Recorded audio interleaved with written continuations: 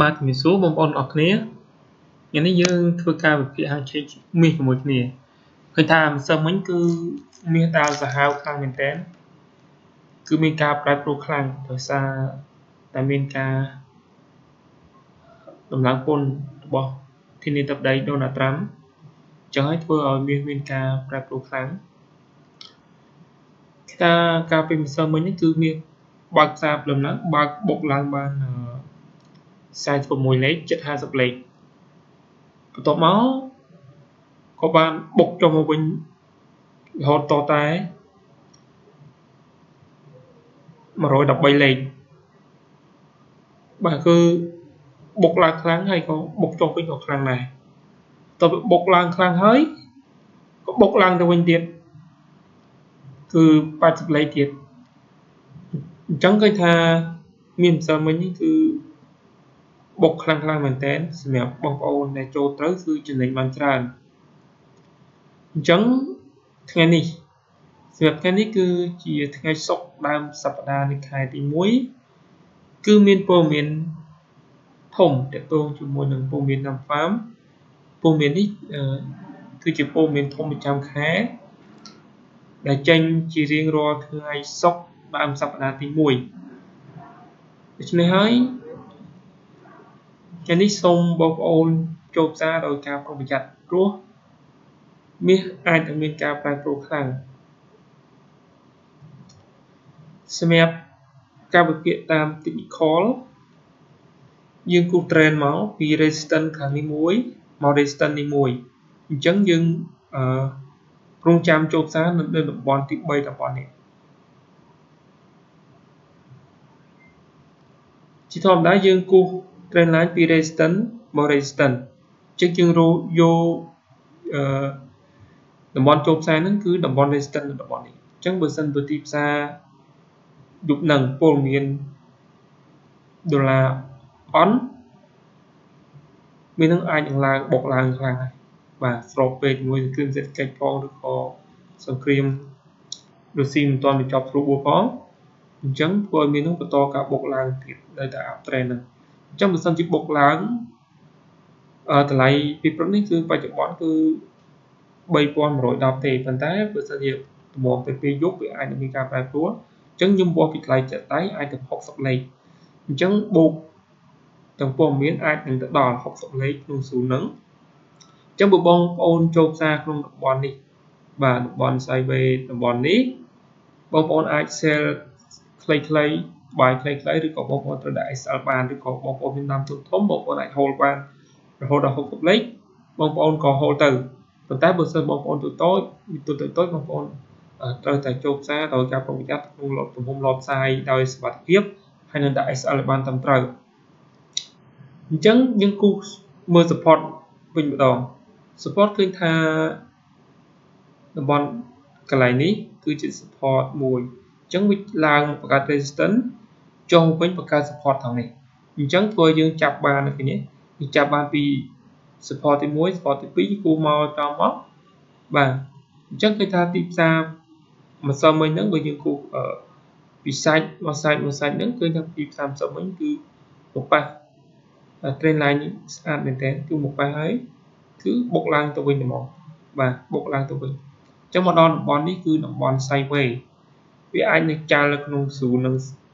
ងនៅ sideways នៅម៉ោងអាស៊ីប៉ុន្តែប្រសិនបើដល់ម៉ោងអឺរ៉ុបឬក៏ដល់ម៉ោងព័ត៌មានសហរដ្ឋអាមេរិកចេញវាអាចនឹងចាក់ចេញពីតំបន់ zone sideways បាទពីចន្លោះ30លេខហ្នឹងវាអាចនឹង break បាទ break ទៅលើដល់តំបន់ resistance បង្កើតជា high ថ្មីមួយទៀតបាទឬក៏វាចុះមកបង្កើតជា support ថ្មីនៅស៊ូននេះអញ្ចឹងទិន្នន័យព័ត៌មានយើងអត់ទាន់ដឹងច្បាស់ទេថាវាចេញមកបែបណាលុះត្រាតែបាទព័ត៌មានចេញមកជាក់ស្ដែងនៅម៉ោង7កន្លះបាទមានព័ត៌មានធំច្រើនបាទគឺក្រហមទាំងអស់បាទមាន employment rate បាទមាន non-farm មាន employment rate បាទ មានច្រើនបាទច្រើនហើយទិន្នន័យជាក់ស្ដែងហ្នឹងគឺការវិភាគគឺមានការខ្សោយជាងមុនដែរណាំហ្វាមបាទ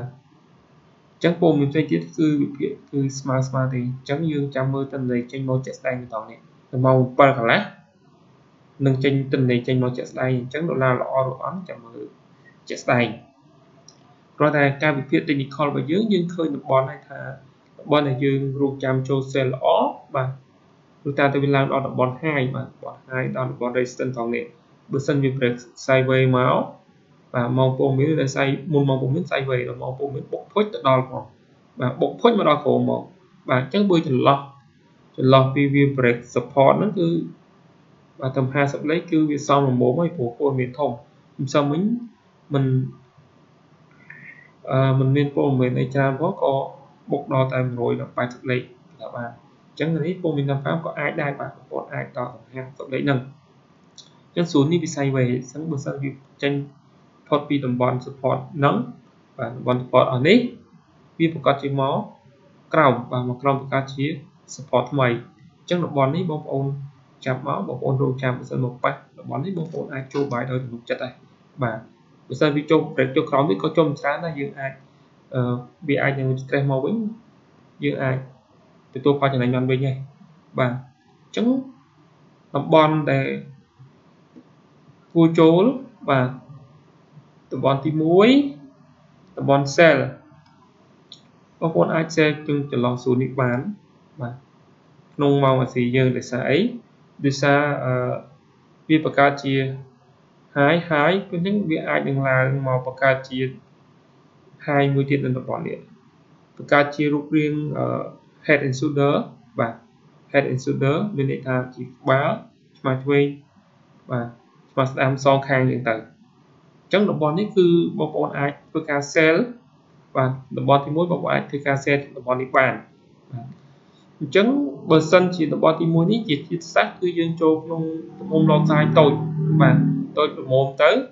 ហើយបើសិនជាវា break ឡើងទៅលើទៀតទៅប៉ះត្រង់ណានេះយើងអាចវាយបកក្នុងទំហំ lot size ធំបាទធំអញ្ចឹងមើលវាខាងនេះចំណេញបកមកដល់កន្លែងនេះរួចខ្លួននឹងចំណេញតិចតួចយើងអាច clear ចោលទាំងពីរបាទ clear ចោលឬក៏វាបូកមកពីខាងលើមកយើងចំណេញហើយនេះខាតតិចតួចយើង clear ចោលទាំងអស់ក៏បានដែរបាទព្រោះវាអាចបង្កើតជាតម្រង head and shoulder ហ្នឹងវាអាចញាក់ឡើងផ្គុចបាទហើយ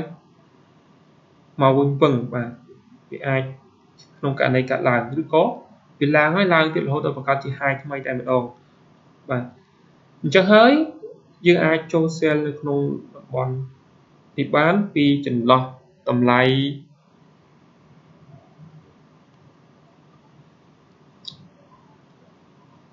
3135ទៅដល់3145បាទក្នុង0ហ្នឹងយើងអាចធ្វើការ sell បានហើយតំបន់ដែលធ្វើការ sell មួយទៀតបាទលុះត្រាតែវាមកប៉ះ trend line យើងតំបន់0ហ្នឹងបាទមកប៉ះ trend line ក្នុងតំបន់តម្លៃអស់ហ្នឹងយើងធ្វើការ sell មកតង់ទៀតបានដែរអត់ទៅប៉ះឬក៏ចិត្តប៉ះយើងអាចធ្វើការ sell បានហើយបាទធ្វើការចូល sell បានហើយពេលដែល candlestick conform បាទ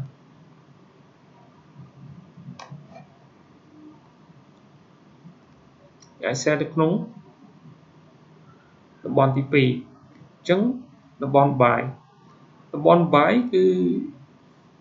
ម្សិលមិញគឺវាបាន break បាទគឺវាបាន break ម្ដងហើយគឺនៅតំបន់នេះបាទវាបាន break ហើយក៏វាបប៉ះតម្លៃ trend line ហ្នឹងក៏ឡើងទៅវិញអញ្ចឹងការឡើងទៅវិញនេះគឺមិនដាច់នៅ resistance របស់វាទេបាទមិនដាច់ទេអញ្ចឹងវាអាចនឹងបន្តការចុះមកប៉ះ trend line បាទដោយសារអីអានេះហៅថា resistance ទី1នេះ resistance ទី2អញ្ចឹង resistance ទី3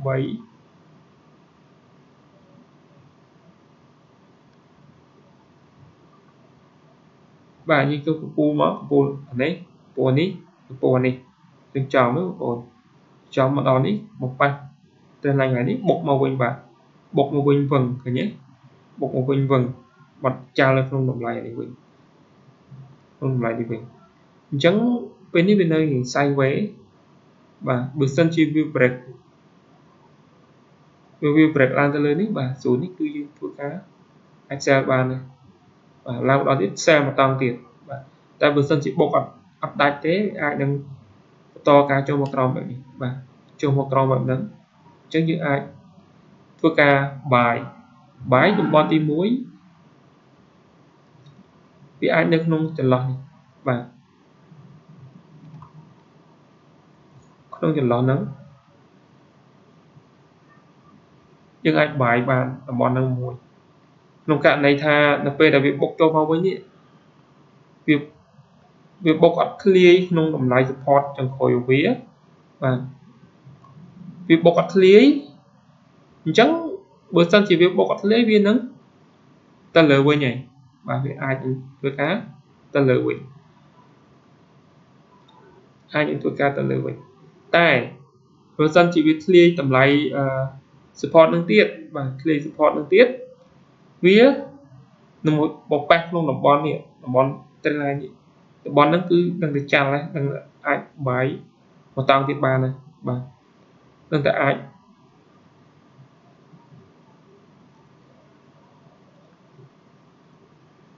ở tại trong một ba và ảnh từ một ba nó cứ cả bài nên đồng bon xuống là một tăng tiết ba thế nhưng cái lấy đồng mượn cả biểu vĩnh percent GP rate ក្នុងតម្លៃ support ហ្នឹងតើវាមានអីនៅខាងនេះមានអីវា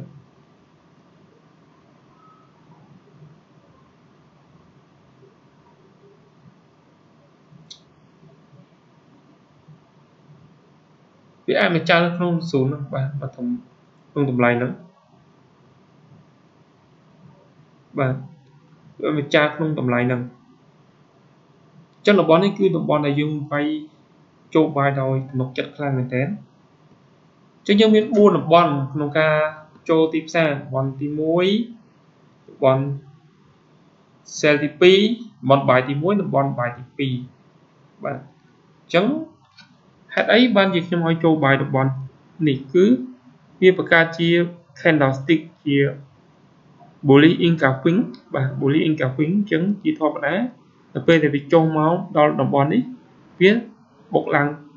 ឡងទៅវិញហើយបាទវាបុកឡងទៅវិញហើយអញ្ចឹងបើសិនការបុកឡងរបស់វាអត់ធ្លាយដាច់អានេះទេវាអាចកើតជា high ឡើងទៅវិញបង្កើតជា high ឡើងបន្តឡើងទៅទៀតដែរបាទអញ្ចឹងតំបន់នេះ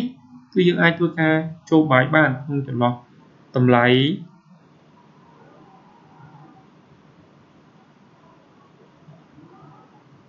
3075មក3065ចន្លោះ10លេខក្នុងតម្លៃហ្នឹងយើងអាចធ្វើការបាយបានហើយតម្លៃនេះក៏យើងអាចចូលការ sell បានបាទចូលដល់តំបន់ទី2គឺយើងចូល share ឬក៏ចូលបាយដោយទំនុកចិត្តខ្លាំងមែនតើបាទនេះជាការបញ្យល់វិភាគពីទិសដៅទីផ្សារហើយយើងចាំមើលព័ត៌មានចេញមកជាក់ស្ដែងថាវាយ៉ាងម៉េចហើយយើងមើលពីកម្លាំងផ្សារផងនៅពេលដែលទីផ្សារជាក់ស្ដែងអញ្ចឹងណាថាដល់តំបន់នីមួយៗតើវាខ្សោយកម្លាំងឡើងឬក៏កម្លាំងចុះមាន candlestick confirm ហើយនៅបាទមានវាខ្សោយកម្លាំងហើយមាន candlestick confirm ហើយថាចុះហើយយើងធ្វើការចូល sell ព្រាមៗហ្មងទៅ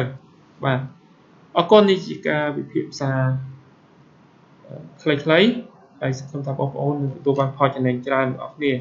អរគុណបងប្អូនអរគ្នា